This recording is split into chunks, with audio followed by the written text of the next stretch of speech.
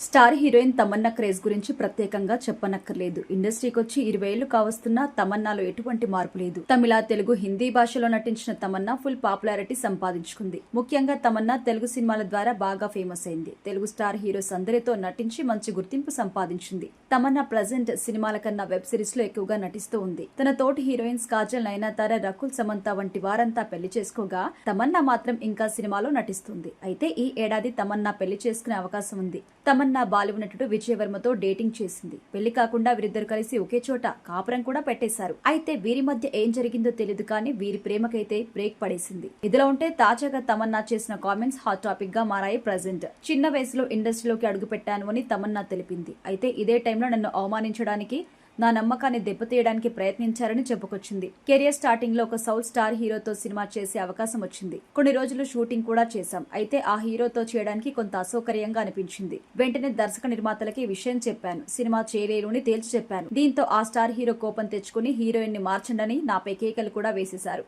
Shooting లో అందరూ చూస్తుండగానే నాపై దురుసుగా ప్రవర్తించారు. ఆయన ఎంత ఆగ్రహం వ్యక్తం చేసినా నేను మాత్రం మౌనంగా ఉన్నా. తర్వాత రోజు షూటింగ్ లో తనంతట తానే నా వద్దకొచ్చి కోపంలో అలా ప్రవర్తించిన దానికి క్షమాపణ చెప్పారని మిల్కీ బ్యూటీ చెప్పుకొచ్చింది.